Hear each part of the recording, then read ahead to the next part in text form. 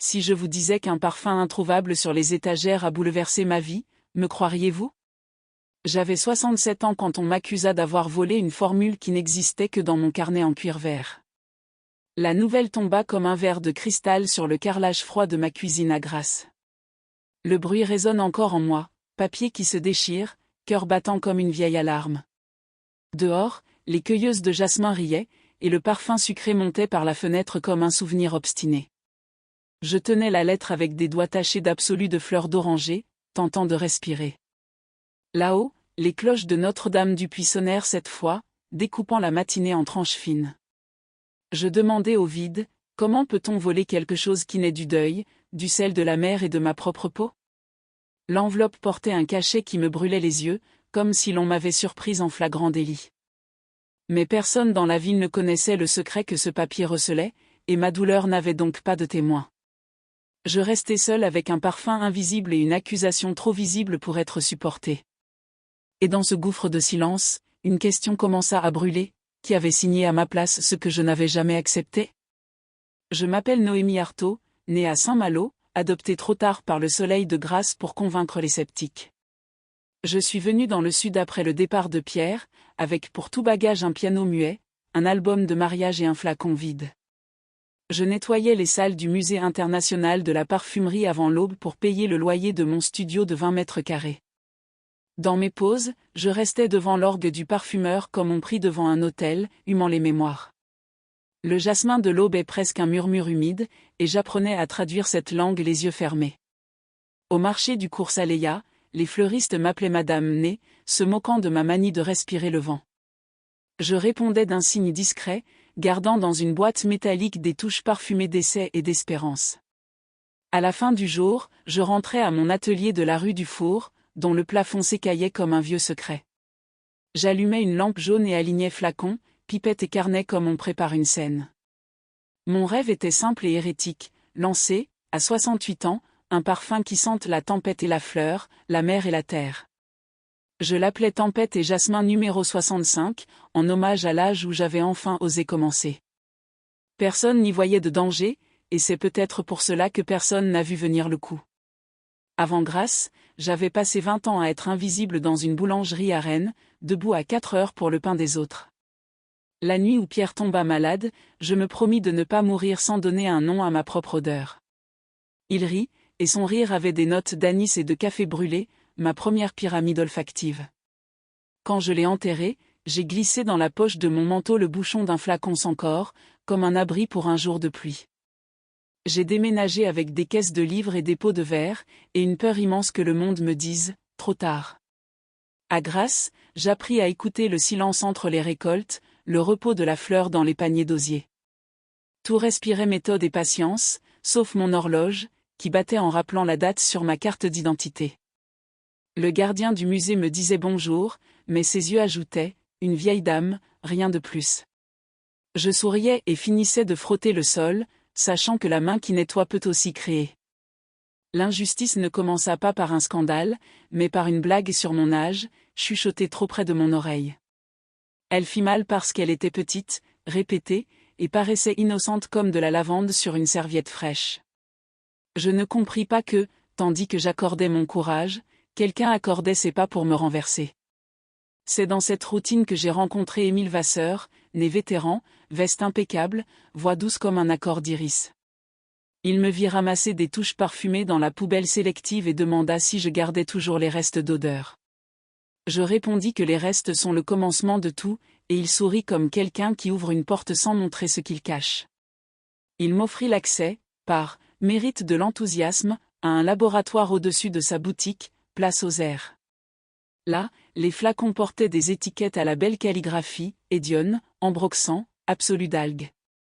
Je lui montrais mes carnets et il corrigeait les dosages, notant en rouge là où il voyait un excès.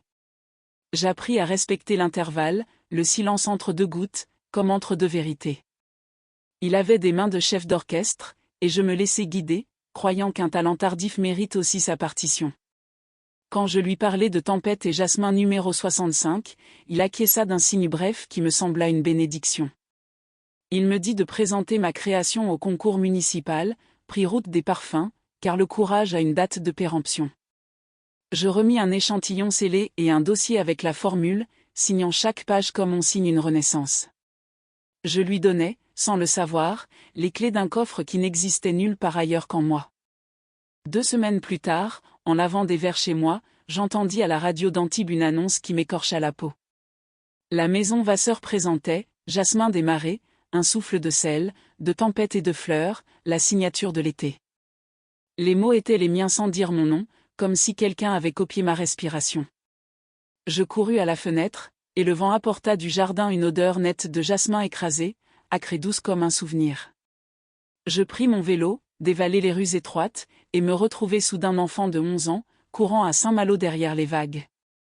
Dans la vitrine de la boutique, une affiche montrait le flacon bleu-gris que j'avais dessiné dans mon carnet avec un mètre ruban.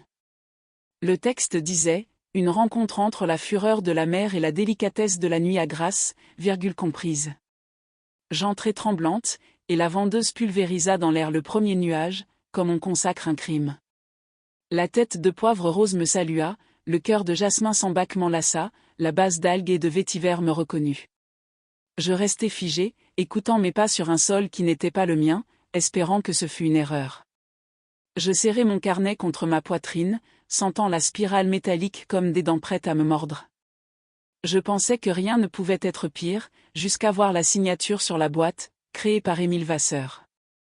Le soir du lancement, à Nice, les projecteurs peignaient la baie des Anges en argent, comme si la mer elle-même assistait. Céline, ma voisine, m'avait obtenu une invitation usagée, et j'entrai par le couloir latéral, le sol vibrant sous mes pas. Les verres tintaient comme de petites cloches, et la musique avait l'odeur glacée du champagne fraîchement ouvert. Je savais qu'il me fallait parler à Émile sans crier, sans supplier, juste avec la fermeté de celle qui reconnaît son enfant d'un regard. Quand il me vit, il inclina légèrement la tête, le geste poli de celui qui se prépare à nier l'évidence. Il dit que l'inspiration est dans l'air de Grasse, que la mer appartient à tous, que le jasmin n'a pas de propriétaire. Je lui montrai la page 43 de mon carnet, la proportion exacte de sel marin et d'absolu d'algues de Bretagne. La sécurité arriva vite, gants noirs, sourire appris, mots polis qui poussent dehors. Quelqu'un filma, et la légende circula, vieille dame confuse crée un scandale. Sur le trottoir, le vent ramenait encore le parfum, désormais chargé d'un métal d'humiliation. Toute la ville semblait sentir comme moi, en même temps, me rejeter comme un corps étranger. Je mordis ma langue pour sentir le sang, car le sang reste une signature que l'on ne falsifie pas. Le lendemain, la boulangère évita mes yeux en glissant le croissant dans le sac de papier. 2 clientes chuchotèrent, « La pauvre, imagine !» Comme si j'avais perdu la carte du réel. La poste laissa un avis, colis au guichet, ce n'était qu'une facture de gaz pressante. Bastien, mon fils, appela de Lille, proposant de vendre l'atelier. « Maman, tu as besoin de repos, pas de guerre. » Je respirai profondément et vis une trace humide sur le carrelage, le sillage de l'eau que la bouilloire laisse avant de bouillir. Au tableau d'affichage de la mairie, mon nom manquait sur la liste des finalistes du concours, et la douleur dépassa les remèdes. Un journaliste me demanda si je ne confondais pas souvenir et propriété, comme si la mémoire était un parfum facile à imiter. J'écrivis une lettre sévère puis la déchirai, car certaines paroles pèsent plus lorsqu'elles restent enfermées. À l'église, j'allumai un cierge pour la patience, et la cire fondue sentait l'enfance, réconfort qui ne console pas. Le soir, l'horloge se trompa d'heure, et je pensai que le temps lui-même en avait assez de moi. Je m'assis sur le carrelage de la cuisine, le dos contre le frigo, laissant la froideur m'envahir comme un anesthésique bon marché. C'est alors qu'un enveloppe glissa sous la porte, le bruit sec d'une sentence qui n'avait pas encore de nom. Dans mon atelier, la lumière clignota 3 fois, rappelant les médecins qui avaient éteint la machine de pierre. Sur l'établi, mes flacons gisaient renversés, certains encore en train de goûter, et le sol brillait d'un film de solvant. La bibliothèque avait un vide comme une dent cassée, manquait le carnet où j'avais noté les tests avec le sel de Guérande. Sur la vitre embuée, quelqu'un avait écrit du doigt, à la hâte, abandonne. L'odeur d'acétone mêlée au jasmin me donna la nausée, comme si j'avais mâché des fleurs avec une lame. Je ramassai les papiers du sol comme on recueille des photos après un mauvais vent. Dehors, le Mistral hurlait entre les ruelles, emportant journaux et promesses. Je me lavai le visage à l'eau froide et vis, dans le miroir fêlé, une femme qui ressemblait à ma mère un dimanche de tempête. Je tendis la main vers la poignée de la porte du fond, et le métal était encore chaud, comme si quelqu'un venait de le lâcher. Je restai immobile, comptant jusqu'à 40 en silence, tentant d'entendre au-delà de ma peur. C'est alors qu'un craquement monta de l'escalier de bois, trop léger pour le vent, trop proche pour l'imagination. Je ne le savais pas encore, mais ce marchepied abritait la première réponse qui allait tout changer. Chez moi, je préparais une tisane de verveine et de miel, espérant que la douceur recolle les morceaux du jour. Le piano de pierre, que je n'arrivais toujours pas à jouer, brillait de poussière comme une neige figée sur un vieux canapé. Je m'assis devant et pressai la touche Fa, toujours fausse, comme on touche une cicatrice pour voir si elle fait encore mal. Derrière le son bancal, j'entendis un frémissement discret, bois frottant bois, un secret respirant. Je passai les doigts sur la bordure et sentis une fente minuscule, comme une enveloppe cachée attendant du courage.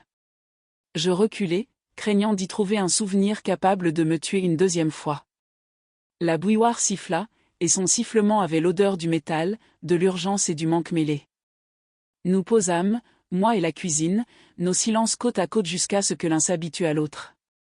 À ce stade, beaucoup auraient dit « renonce, Noémie, la France a hâte, la ville a sa propre odeur, avance ».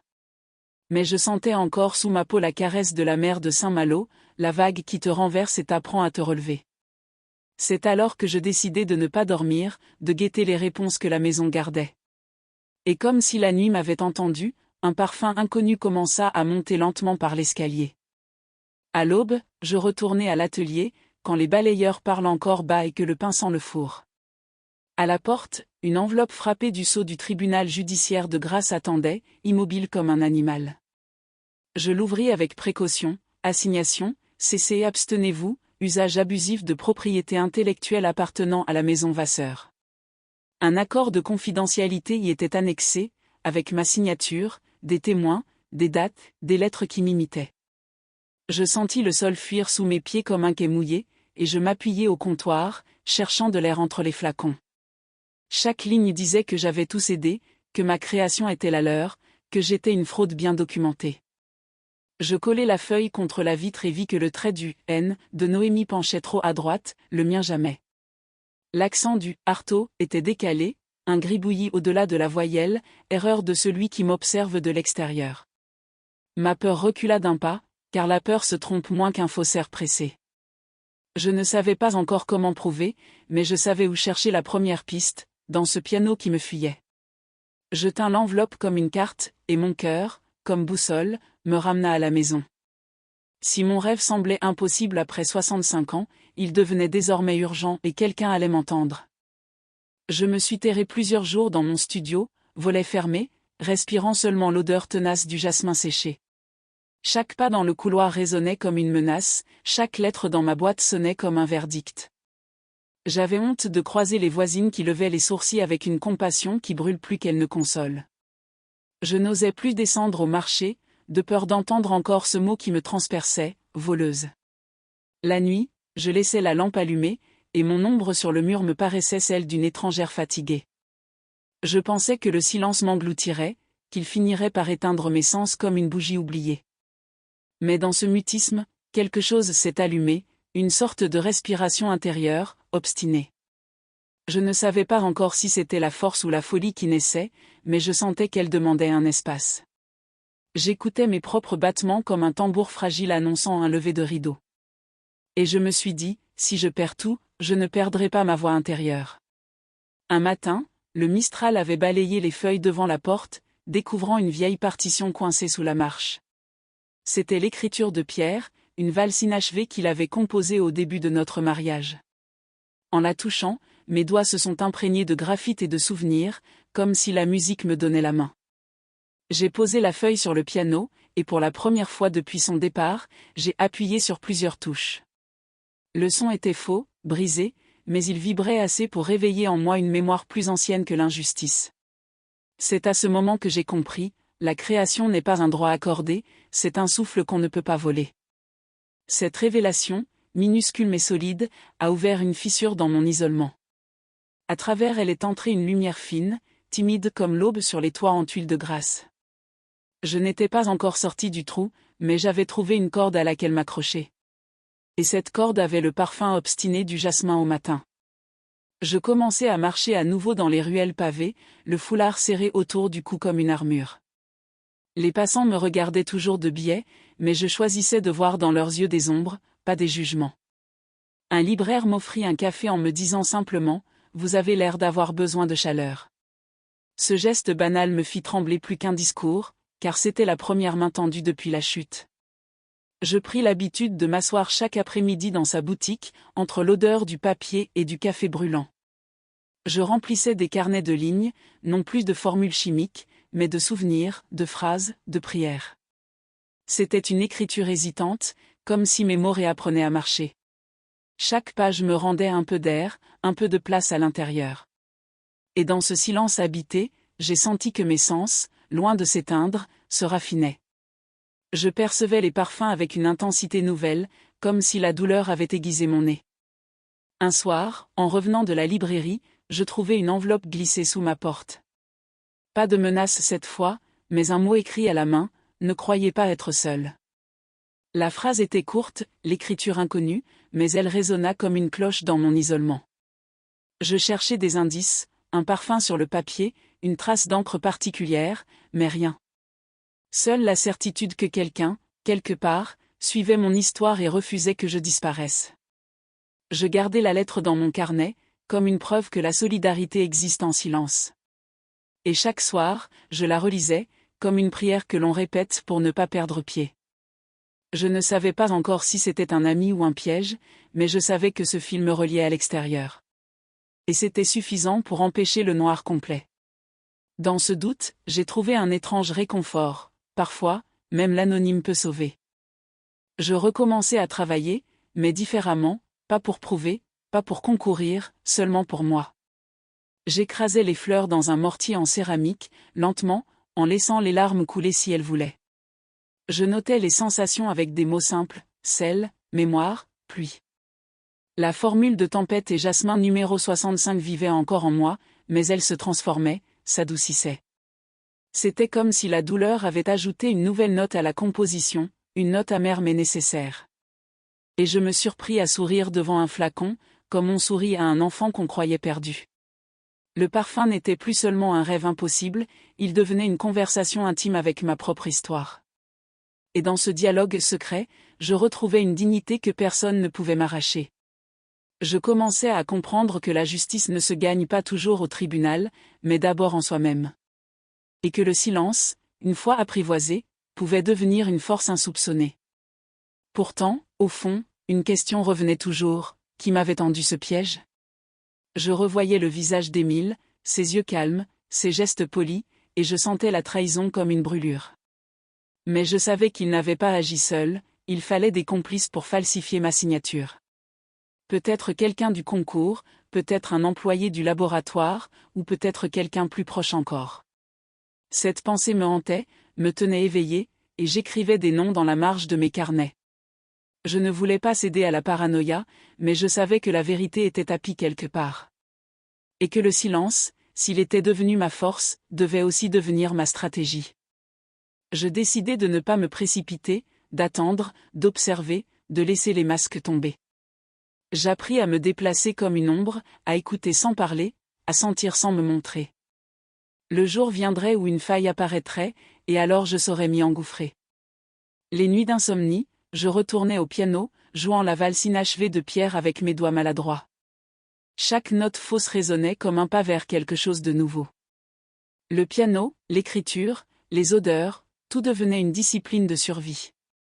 Je bâtissais en silence une forteresse invisible, faite de patience et de mémoire.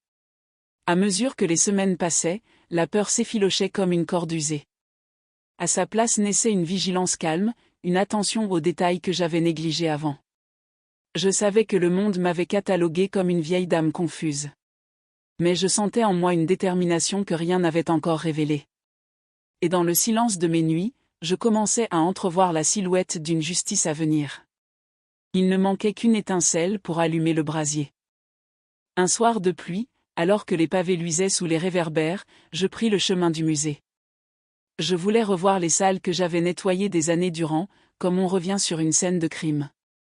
L'air sentait le papier ancien et le bois ciré, un mélange qui réveillait en moi une tendresse étrange. En passant devant l'orgue du parfumeur, je remarquai une feuille oubliée sous une pile de dossiers. C'était un formulaire de participation au concours, presque identique au mien.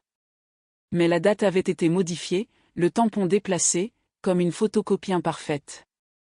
Je sentis un frisson parcourir mon dos, voilà la première faille, minuscule mais réelle. Je la glissai dans mon sac, le cœur battant comme une adolescente prise en faute. Le silence avait été ma prison, il devenait désormais mon allié. Et je savais, en serrant ce papier contre moi, que la vérité commençait à se fissurer. Le jour où j'ai décidé de sortir de l'ombre, il pleuvait à verse sur la place aux airs. Je marchais d'un pas ferme, l'enveloppe contenant la photocopie falsifiée serrée contre ma poitrine. Les passants me regardaient, certains avec pitié, d'autres avec indifférence, mais je ne sentais plus la honte. Je ne portais plus le foulard serré autour du cou pour me cacher, je le laissais flotter derrière moi comme un drapeau. Arrivé devant la boutique d'Émile Vasseur, j'ai pris une grande inspiration, j'étais prête. La vitrine brillait de 1000 reflets, et dans l'air flottait ce parfum qu'il osait appeler le sien. Je suis entré, mes pas claquant sur le carrelage, et j'ai demandé à le voir. Il est apparu, impeccable, son sourire poli gravé comme un masque. Mais dans ses yeux, j'ai vu une lueur d'inquiétude qu'il ne parvenait pas à cacher. Et c'est à cet instant que j'ai su, il sentait que son empire commençait à trembler. Je n'étais pas venu pour crier ni pour implorer, mais pour frapper avec la vérité. Je sortis la feuille trouvée au musée et la posai sur le comptoir en bois verni. « Regardez, Émile, votre chef-d'œuvre n'est qu'une copie mal faite, dis-je d'une voix calme. » Il pâlit légèrement, mais se ressaisit en jouant l'indignation. « Madame Artaud, vous délirez. » Sa main tremblait pourtant quand il voulut repousser le papier. Je la retins d'un geste sec, et mes yeux plongèrent dans les siens avec une détermination qu'il ne m'avait jamais vue. Cette signature, c'est la mienne, mais mal imitée. Cet accent sur le A n'est pas le mien. Je sentais que la vérité frappait déjà à la porte, prête à s'inviter au grand jour. Un silence pesant s'installa dans la boutique, seulement brisé par le tintement lointain des cloches de l'église. Et je sus que ce n'était plus seulement une question de parfum, mais de dignité. Quelques jours plus tard, j'ai porté mes preuves au tribunal judiciaire de Grasse. Les murs gris semblaient respirer la lenteur et la gravité de la justice française. J'étais assise sur un banc de bois, entourée de jeunes avocats qui me regardaient avec curiosité. Je n'avais pas d'orateur brillant à mes côtés, juste mes carnets et ma vérité. Quand mon nom fut appelé, mes jambes tremblaient, mais ma voix, elle, ne trembla pas. Je racontai tout, la création de Tempête et Jasmin numéro 65, la trahison, la falsification, l'humiliation publique.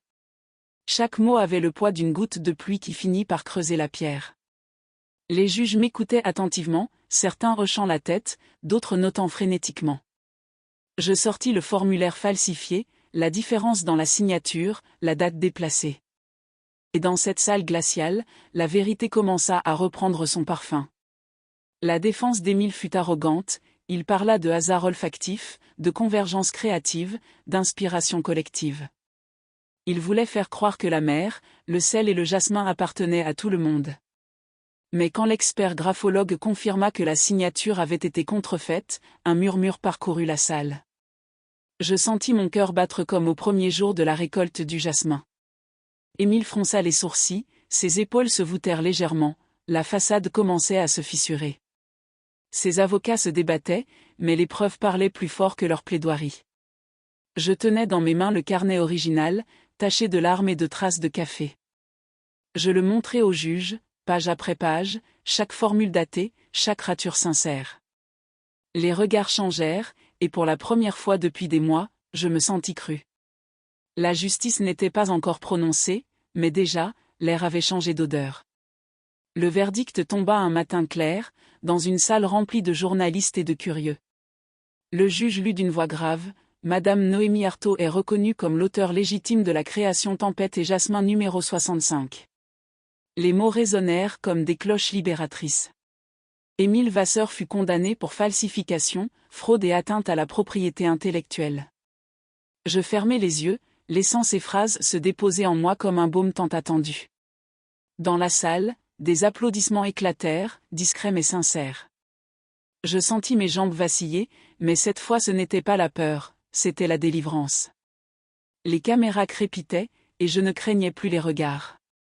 J'avais reconquis non seulement mon parfum, mais aussi ma dignité. Et dans ce moment suspendu, j'ai compris que la vérité finit toujours par trouver son chemin.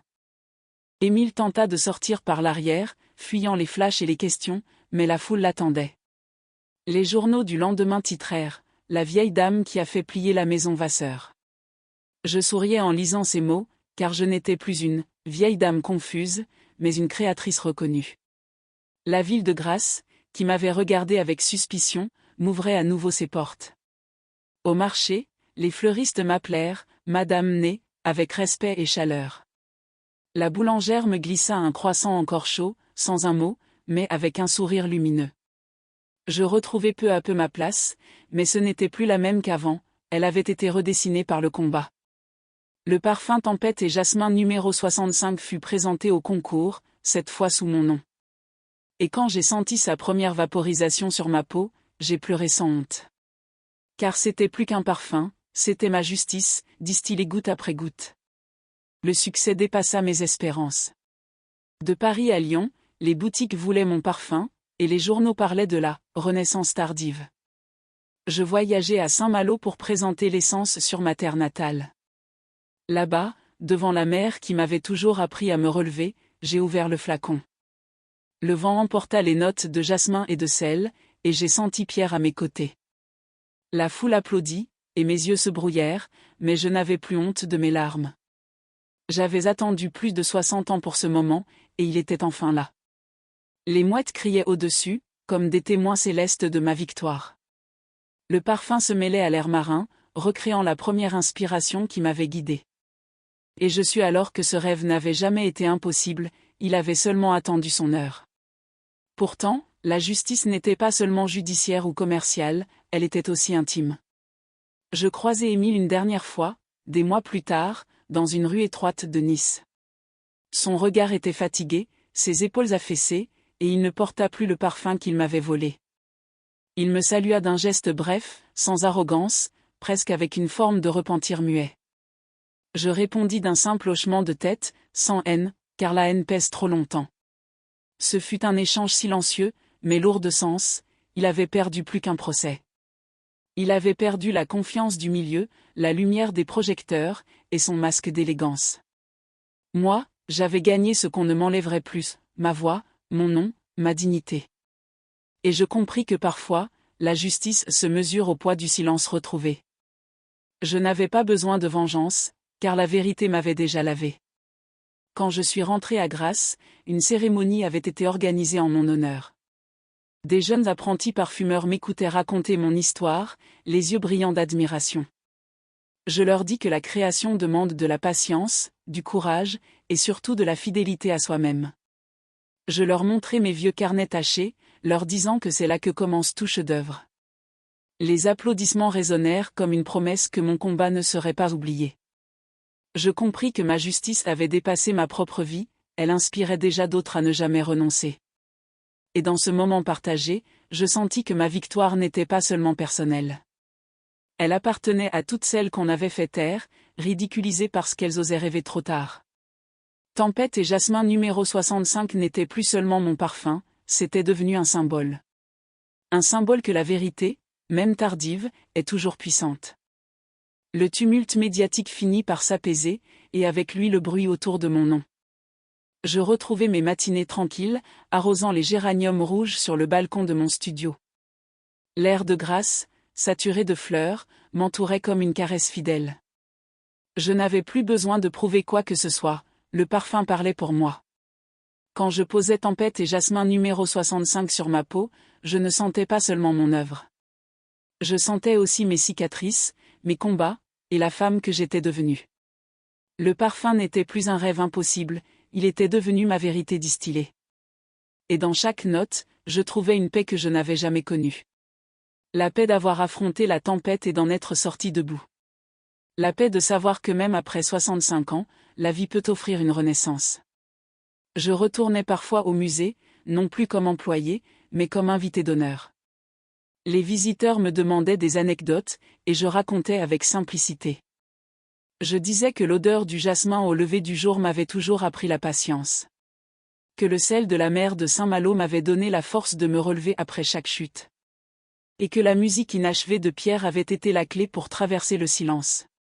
Ces souvenirs, longtemps douloureux, étaient devenus des fondations solides. Je ne cherchais plus à effacer la douleur, je l'accueillais comme partie intégrante de ma création. Car c'est elle qui avait façonné ma sensibilité et mon courage. Les applaudissements des jeunes étudiants me rappelaient que mon histoire avait une résonance universelle. Et dans leurs regards, je voyais briller la promesse d'un avenir plus juste. Avec le temps, je reçus des lettres de femmes que je n'avais jamais rencontrées.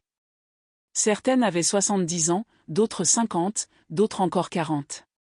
Toutes me disaient la même chose, grâce à vous, j'ai osé recommencer. Elles parlaient de peintures laissées dans des greniers, de romans inachevés, de rêves oubliés. Elles osaient enfin ressortir leurs carnets, leurs pinceaux, leurs instruments. Et je comprenais alors que ma bataille n'avait jamais été seulement la mienne. Elle appartenait à toutes celles qu'on avait enfermées dans le mot « trop tard ». Je souriais en lisant leurs lettres, car chacune d'elles ajoutait une note à mon parfum. Une note d'espoir, d'insolence, et surtout de liberté retrouvée. Et je me disais que c'était peut-être cela, le véritable héritage. Parfois, le soir, je m'asseyais devant le piano poussiéreux. Je posais mes doigts sur les touches, et la valse inachevée de Pierre résonnait doucement. Je ne cherchais plus à jouer juste, je cherchais seulement à ressentir. Chaque note fausse devenait une vérité, chaque dissonance un souvenir accepté. Je sentais sa présence dans la pièce, légère mais indéniable. Comme si lui aussi m'applaudissait en silence, fier de ma persévérance. Je comprenais enfin que nos morts ne disparaissent pas vraiment. Ils deviennent des notes invisibles dans la musique de nos vies. Et cette pensée me donnait une sérénité nouvelle. La certitude que rien n'est jamais totalement perdu. Je n'ai jamais cherché la gloire, seulement la vérité. Et cette vérité m'a offert bien plus que ce que j'espérais. Elle m'a donné la paix intérieure, et la fierté d'avoir osé.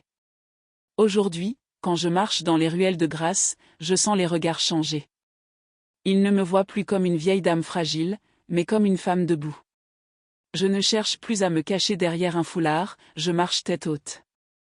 Car j'ai appris que l'âge n'est pas une barrière, mais une couleur dans notre palette. Qu'il n'est jamais trop tard pour commencer, ni trop tôt pour être fidèle à soi-même. La tempête que j'ai traversée est devenue mon horizon clair. Et dans ce ciel retrouvé, j'ai appris à respirer pleinement. Si je devais laisser une phrase, ce serait celle-ci. Ne laissez jamais personne vous dire qu'il est trop tard pour rêver. Car les rêves ont leur propre calendrier, et parfois, ils attendent patiemment leur heure. Le mien a attendu 65 ans, mais il est arrivé avec la force d'une vague. Une vague qui a balayé la peur, l'humiliation et la solitude. Une vague qui m'a rendu à moi-même, intacte malgré les blessures. Et quand je ferme les yeux, je sens encore l'odeur de tempête et jasmin numéro 65.